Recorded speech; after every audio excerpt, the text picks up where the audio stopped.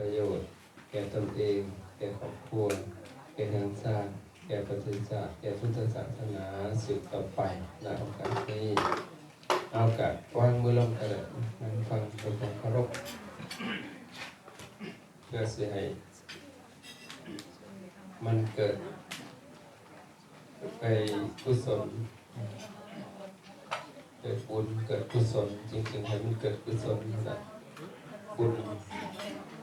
บุญนะพวกเขาได้แล้วได้จะคิดบุญนะได้จะคิดทั้งวัฒนธรรมก็ได้นะแล้วเรามาเพิ่มกุศลบุญกุศลอานิสงส์เราสิมาก่อรวมด้วยกันเลยแต่เราบ่แยกทำความเข้าใจยิ่งบุญคำหนึ่งกุศลคำหนึ่งอานิสงส์คำหนึ่งชดหลายเฮาเอาแต่มาว่าแต่ปลายเหตุนะเอ้าบ่เว้ากันนะให้มาเว้ากันนะอาจารย์สิสันบ่เว้าเขาสิเว้าผู้เดียวนะท่านพวกเจ้าเว้าส่วนแต่เพราะว่ามันสิเป็นบาปผู้ฟังก็สิเป็นบาปผู้เทศก็สิเป็นบาปในปัจจุบันนี่ก็เฮาก็เป็นคนที่มีมานะทิฏฐินั้นแล้วก็บ่เข้าใจธรรมะด้วยบาปในปัจจุบันได้สังเกตว่าเวลาพระเป็นแสดงธรรมเฮาเอากันบัดธรรมขึ้นแต่บ่ได้รู้เรื่องนะนั่นแหละคือบาปในปัจจุบันต่อไปก็บ่ฮู้อีกเกิดมาศาสตร์ใหม่ก็ปึ๊บตึงเข้าไปอีกบัดแต่ว่าต่อให้พระเจ้ามาแสดงธรรมเฮาก็ฟังบ่เข้าใจครูบาอาจารย์สิเก่งจังได๋เฮาก็ฟังบ่เข้าใจเพราะบาปตัวนั้นมันสกัดเลยบาปที่เฮาบ่เคารพธรรมนะแต่ว่านี่แหละสังเกตว่าพวกเฮาไปวัดนำกันแต่ว่าพระอาจารย์องค์เดียวที่ได้เข้าใจต่างกันมันเป็นอย่างบาปกรรมนั่นแหละเข้าใจว่ามันกั้นไว้มันเป็นเส้นบางๆที่กั้นไว้ฟังคือเข้าใจแต่ว่าเฮ็ดบ่ได้ถูกได้โดยเฉพาะธรรมขั้นสูงขั้นปรมัตถธรรมเอาเรื่องสมาธิเอาแม่ผมจะนั่งอยู่นี่ก็สิถามท่านผมจะสิตอบบ่ได้ท่านตอบบ่ได้แสดงว่าผมจะบ่ฮู้ท่านบอกถึงปั๊บเนี่ยแสดงว่าเข้าถึงแล้วจุดนั้นเพราะหยังเพราะบาปนี่แหละมันกั้นมันเลยจะเป็นบาปเด้บ่แม่นเอาบาปมาขู่ในปัจจุบันจะเป็นต่อไปอันนี้อนาคตจะเป็นด้วยถ้าจะบอกเพราะฉะนั้นเวลาเพิ่นแสดงธรรมให้ตั้งใจฟังโดยดีรู้จำว่าสุดสังละคเตปัญญาฟังให้ดีแล้วสิเกิดปัญญาฟังให้ดีได้ถ้าฟังบ่ดีก็เกิดปัญหานั่นแหละจับผิดแม่นบ่แม่นถือบ่ถือจังซั่นน่ะสิเพราะฉะนั้นฟังไว้นะบ่ท่านนั้นพิจารณาก็ได้ฟังไว้ซื่อๆก็ได้หลังจากนั้นจังเอามาพิจารณาคือเป็นอะไรโยนิโสมนสิการยังสิเข้าใจทำนั้น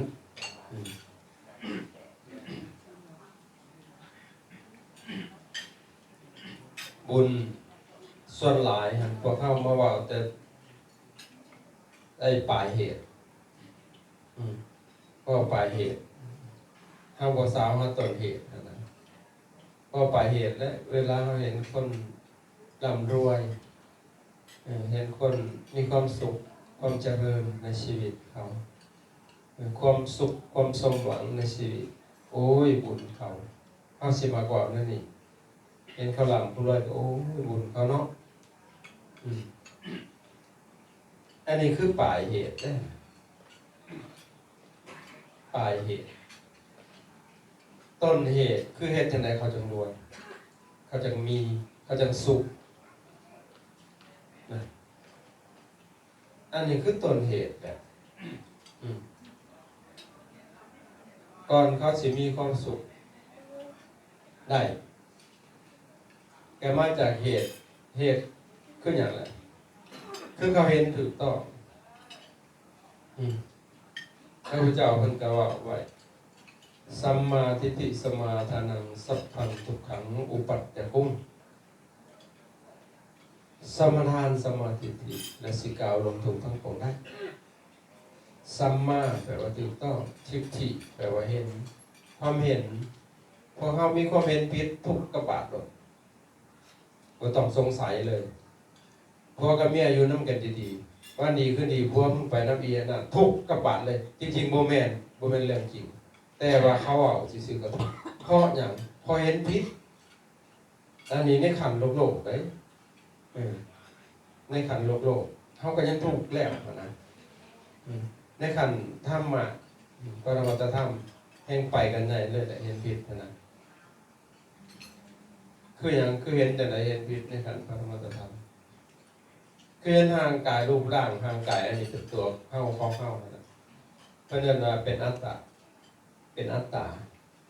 อันนั้นแห่งกระทุกข์ค่ะมันมีตัวตนในเมื่อมันมีตัวตนมันก็ต้องหักตนมันก็ต้องเห็นแก่ตนคนนะเพราะมันเห็นผิดถ้าเห็นถูกตามพระพุทธเจ้าท่านสอนเพิ่นว่ารูปปังอนัตตารูปหรือว่าหูในโมเมนต์ตัวตนเวทนาอนัตตาเวทนาโมเมนต์ตัวตน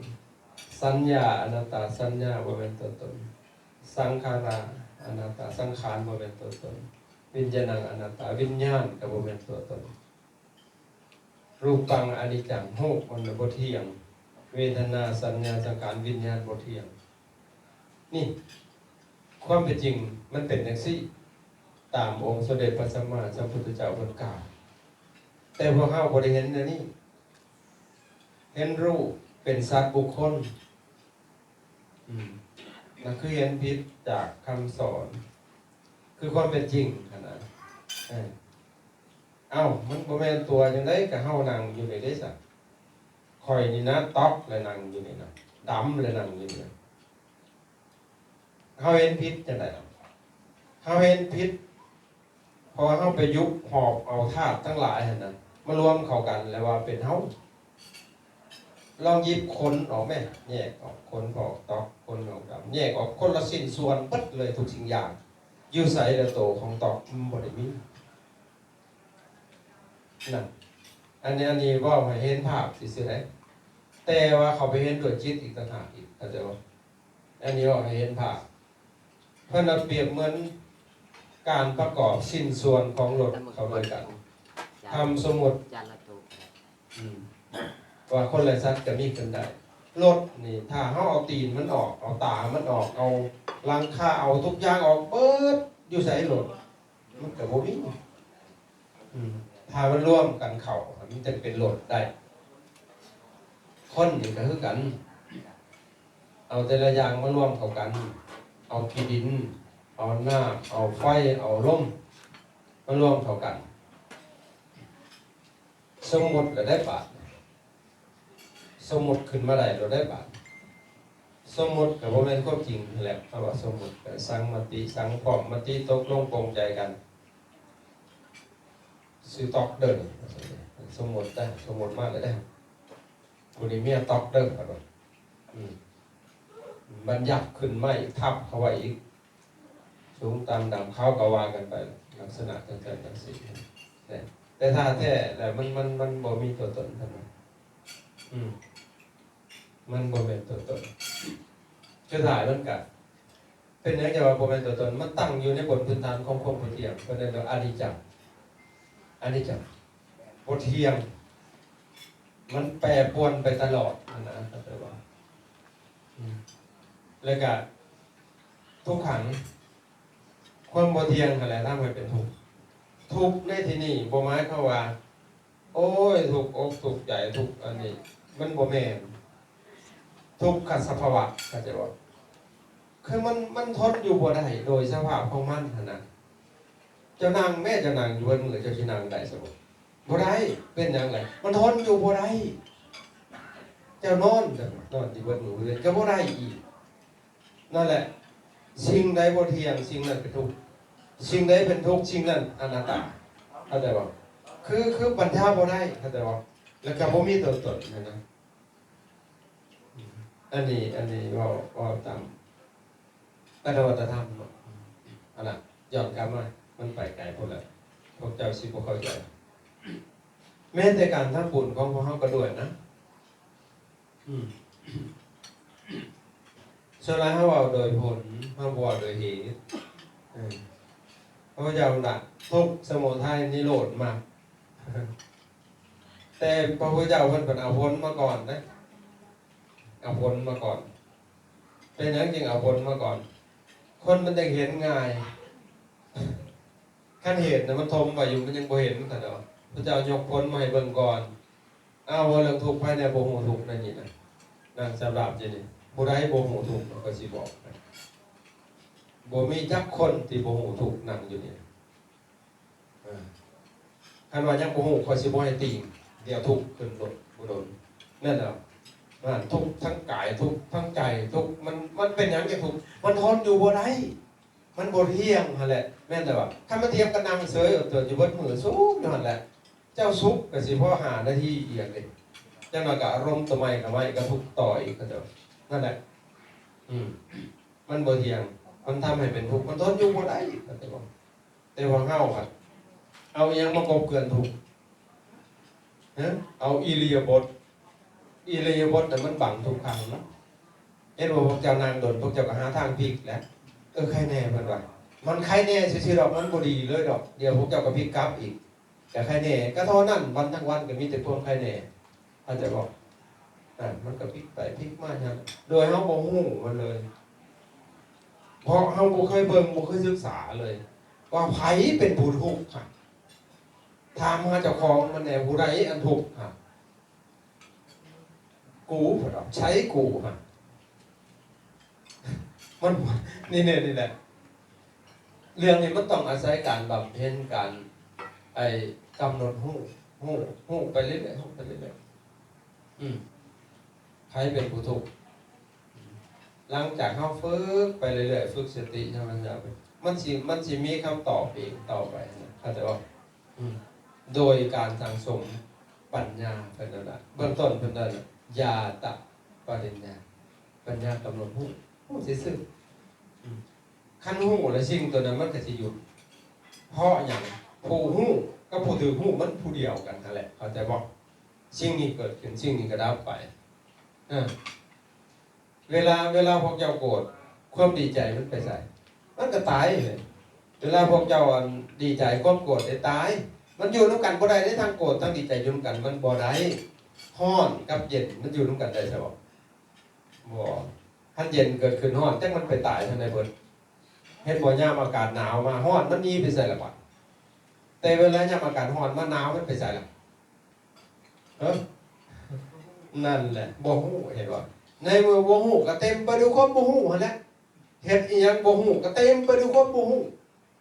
อาจจะวันนี้การศาสนาท่านเพราะฉะนั้นจริงพยายาม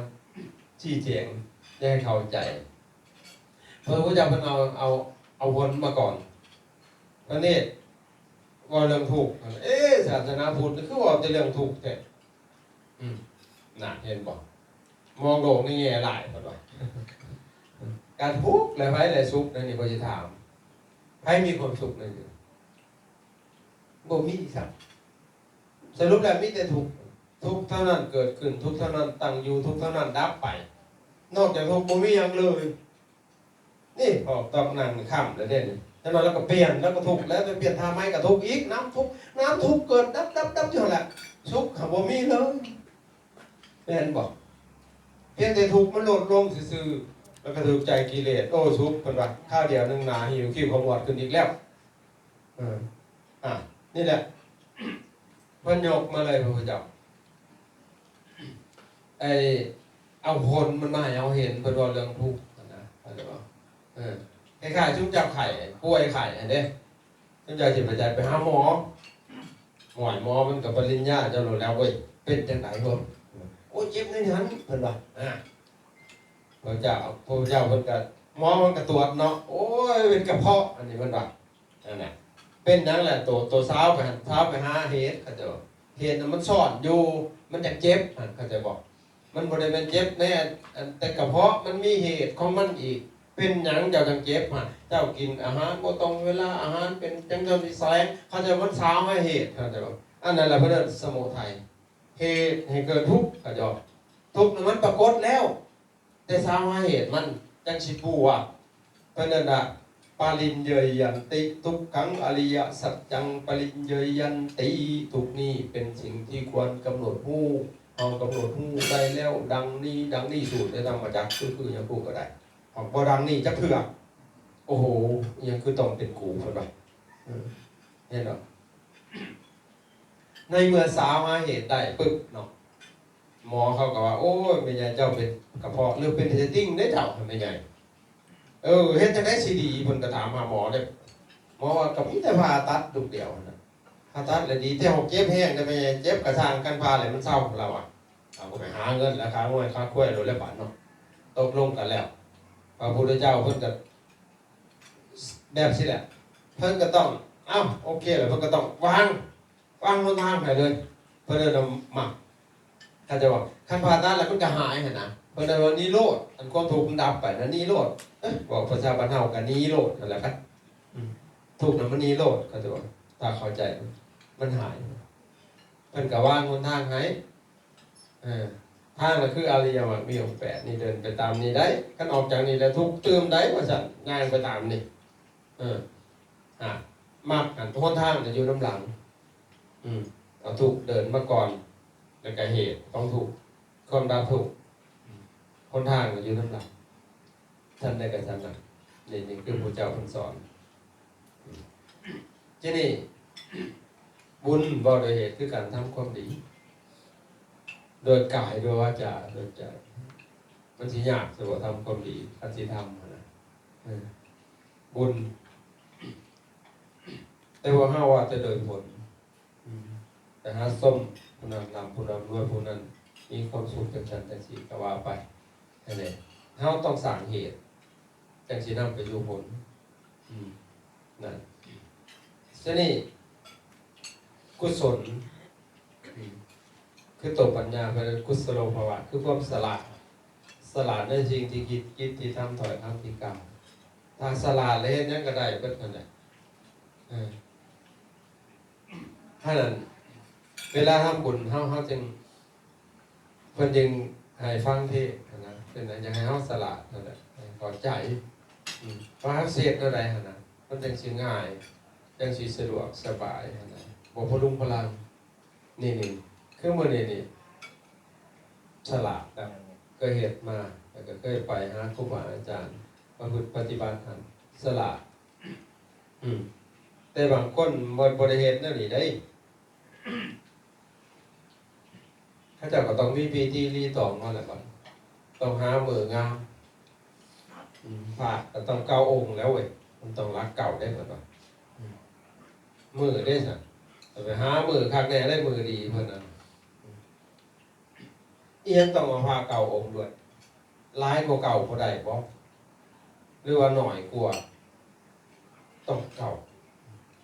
มันก็ไปหายกเอาละวัดละเท่านั้นตัวนี้ให้มันครบเก้าครับมันเกินเก่าออกเอาคือคนบ่เต็มบาทนะแต่มาว่ามันเงินเพิ่นคือบ่ยิบออกให้มันเพิ่นเอาแต่เก่าหั่นน่ะเนี่ยเก่าเบิดลูกเก่าเมียเก่าที่แหละแม่นแต่อาตมามันจังได๋ว่าคนมันคือสลับหน่อยอันนั้นมันเอาตามใจห้ามือดีก็ดีคู่มือตัวกันสิเฮ็ดดีเนาะคือมือนี่มือเฮ็ดดีของพวกออกตอกมือนี่ก็เป็นมือเฮ็ดบ่ดีของพวกไปลักอีกได้เวลาเดียวกันนี่แหละเนี่ยมันสิเลือกกันอยู่บ่ซะถ้ามองโดยรูปธรรมมันก็มองเห็นอยู่แม่นแล้วนี่นางคงมองน้ำกันอยู่นี่ผู้นึงเฮ็ดดีผู้นึงเฮ็ดบ่ดีผู้เฮ็ดดีมันก็ดีผู้เฮ็ดบ่ดีก็บ่ดีเวลาเดียวกันนี่แม่นบ่เพราะฉะนั้นหาความพร้อมซะหาความพร้อมมันได้พระหลายๆมันก็เป็นแห่งก็เป็นเรื่องดีนะเพราะอย่างเป็นตาแค่ในยาบุคคลหายนะครับแต่ว่า โยมหันเพิ่นน่ะถ้าโยมคือผู้ให้พระเพิ่นน่ะปฏิฆาหกคือผู้รับว่าไงวะโยมมันเป็นเขาปลูกลูกแนวเขากาบพระมันเป็นน้าอะไรลองเบิ่งว่าเฮาเฮ็ดหน้าหน่อยกับเฮ็ดหน้าตัวหลายตัวได้สิได้ผลหลายกว่ากันนั่นเห็นไหมเขาเป็นอย่างที่ต้องจำเพาะด้วยนะมันก็เลยเป็นการจำกัดแต่ว่าอาจารย์โบจำกัดเลยนี่เมื่อวันที่10อาจารย์ออกอาพาธนี่สิวนมาเติมอีกยศหนึ่งก็สิตกมาเติมอีกไงมันจันกรรมตอนนั้นก็ได้6ต้องเอามาอีก10ปลายแต่ว่าต่ำสุดนั่นต้องเอามาอีก14อาจารย์กรรมแต่ว่าหลายนะโบพิษน้อยกว่า14ก็ได้ต้องลูกกรรมมันก็ตกเข้าไป30ก็ลูก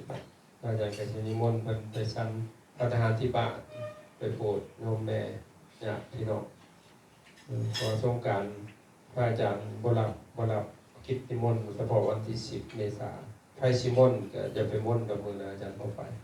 เพราะว่าสิลงไปบาตรพระก็สิเอาลงไปเบิดบ่แบ่งให้ไผอีกแล้วสิเอาลงไปเบิดนะเป็นน่ะค่อยบ่เอาเก่าแล้วค่อยมีเธอเอาเบิดนะเธอองค์นึงเราบ่เต็มบาทได้จ้ะเป็นยังเตยเราบ่เต็มบาทเต็มอยู่บ่ยังเตยเต็มอยู่เนาะก็หยอกเราสิก็เอาองค์อื่นมาเตยใส่ได้จ้ะมันยังเต็มอันนี้ต้องมนต์หลายๆเอารวมกันเลยนะเฮาบ่ต้องจำกัดกับเด้อแต่ก็บ่ต้องหามื้อหายามให้มันยากมื้อคันหามื้อก็หาพอๆคือบอกต่อก็หามื้อใดอาจารย์ว่านั่นแหละสลาดแล้วเข้าใจบ่บางคนม่อนไว้ฮอดมื้อแบบเปลี่ยนเพิ่นบ่บอกเฮาวันเปลี่ยนเองถ้าอยากได้เฮาไปเฮาก็ไปบ่ได้บ่ได้อาจารย์ไปบ่ได้ว่าซื่อต่อให้ไผมาม่อนก็บ่ได้นะคือมื้อคันอาจารย์ได้ให้มื้อไว้แล้วยกเว้นว่าอาจารย์เจ็บไข้ได้ป่วยอาจารย์ไปร่วมบ่ได้พระนี่นะคือเป็นบุคคลสาธารณะเฮาจะสู่คิดว่าจะได้ห้ามนก็จังได้ก็ได้อาจารย์ก็ต้องมาบ่ให้กษัตริย์สมมุติว่าเขามามนอาจารย์เนาะตระกูลหนึ่งครอบครัวหนึ่งมามนอาจารย์รับแล้วเรียบร้อยให้มื้อให้วันพระเจ้าและวันนี้ก็ดีมีผู้หนึ่งมามนต่ออีกให้อาจารย์ไปในมือเดียวกันอาจารย์บ่ไปเจ้าสิเป็นไผมาจากไสอาจารย์ก็บ่ไปเนาะเขาก็คิดตัวเขาเลยเว้ยเนาะนั่นตัวบ่ไปถ้าเจ้าอยากได้เขาเจ้าก็ต้องรอมือที่คอยว่างนะเพราะฉะนั้นเฮาให้ความสำคัญแน่เวลามนต์พระอหยังต่างๆนะเฮาอยากเฮ็ดตามใจเฮานะก็แล้วแต่นะเพราะฉะนั้นให้มันชัดเจนบุญกุศลคือความสละอานิสงส์แปลว่าเสส่งแปลว่าประโยชน์จากการกระทำที่สละนั่นแหละเข้าใจบ่ถ้าเห็นยังด้วยสติปัญญาที่สละเท่ากับได้ประโยชน์หลายมองมาในแง่หน้ามารูปธรรมเนาะก็เอาไปสั่งอีกอย่างนี่แหละถ้าสั่งสิ่งที่บ่เป็นประโยชน์หลายก็บ่ได้บุญหลายเนาะโดยเพื่อเขาสั่งเฮ็ดโซ่ซื่อๆนะแต่บ่ได้ประโยชน์หลายใช่บ่มันคือบ่ได้อานิสงส์หลายเพิ่นเขาเฮ็ดบางบอนเขาเฮ็ดหยังเฮ็ดทอกกองเฮ็ดหยังต่างๆนะกันซื่อแล้วก็ว่าเฮ็ดหยังอยู่ในหลังคาเนาะยอดช่อฟ้าอาจารย์เห็นพ้นหัวได้ส่วนหลายในหันนั่นน่ะเสียเงินบ่ไกลหลายเอาไปมันนักหลังคาแล้วก็พ้นหัวลงอานิสงส์มันได้งามเนาะเท่านั้นแหละผู้ใดทอเฮ็ดห้องน้ำสักห้องน้ำยังว่าปวดขี้เอาปวดท้ายก็ยังว่าพอได้ปลดทุกข์นะแม่นแต่แต่อานิสงส์หลายกว่าได้ประโยชน์หลายกว่านะเข้าใจบ่นั่นแหละเฮามุ่งเอาประโยชน์มันเฮ็ดหยังก็ได้ให้มันเกิดประโยชน์เข้าใจบ่เฮาจังได้บุญหลายนะครับซึ่งการทำบุญคือกันถ้าเฮามีความเห็นที่ผิดนะเฮาก็ทำผิด ทำนี่อย่างเช่นคือพวกตอกเนี่ยแนวดำเราทำบุญแล้วก็พัฒนาในใจในก็มีความเห็นเหมือนกันเถอะเฮากับสิเป็นผู้ประมาทว่าเฮาเกิดมานี่กับพอบุญเฮาสิทำเพื่อไว้นั่นแหละมันยังท่องเที่ยวยังเวียนว่ายแต่เกิดเฮาก็สิอาศัยไปบุญตัวเฮาทำนี่แหละแล้วปรารถนาจังซี่แล้วก็ทำขนาดซ้ำนี่หั่นนะมันก็ยังเป็นอัตตาธิปไตยนะเอาที่เป็นอัตตาธิปไตยเข้าใจบ่เอาเราทำเพื่อเราได้เรามีตนเราก็ทำเพื่อตนเนาะไปต่อนั่นยังเป็นอัตตาธิปไตยเข้าใจบ่แต่ผู้บางคนบาดเนี่ยอันบ่ทำกันนะหมู่ตัวเนาะหมู่พาเฮ็ดแล้วก็เฮ็ดน้ำโมหั่นนะอันนั้นก็เป็นโลกาธิปไตยบ่รู้เรื่องหยังไปตามโลกเขาว่าได้ก็เฮ็ดและอีกบุคคลผู้หนึ่งขอสิทำดีเพื่อดีขอบริทำเพื่อหยังดอกแต่ทำดีเพื่อดีบริสนใจเอาไว้สิเห็นหรือบ่เห็นไว้สิหย่องหรือบ่หย่องก็ซั่นทำบุญทำคุณงามความดีเพื่อความดีเข้าใจบ่นั่นแหละบ่ต้องสนว่าไผสิดีไผสิหย่องนั่นแหละมันจะเป็นธรรมาธิปไตยจนหลายเฮาก็จะให้คนเห็นเด้เวลาเฮ็ดดีก็ได้ประเทศชั่วนี่คือบ่อยากให้บ่เห็นแต่ลี่เฮ็ดแม่นบ่นั่นแหละท่านต้องทำความเข้าใจให้มันถูกต้องอาจารย์ลงมือกันทำจังบ่ผิดหวัง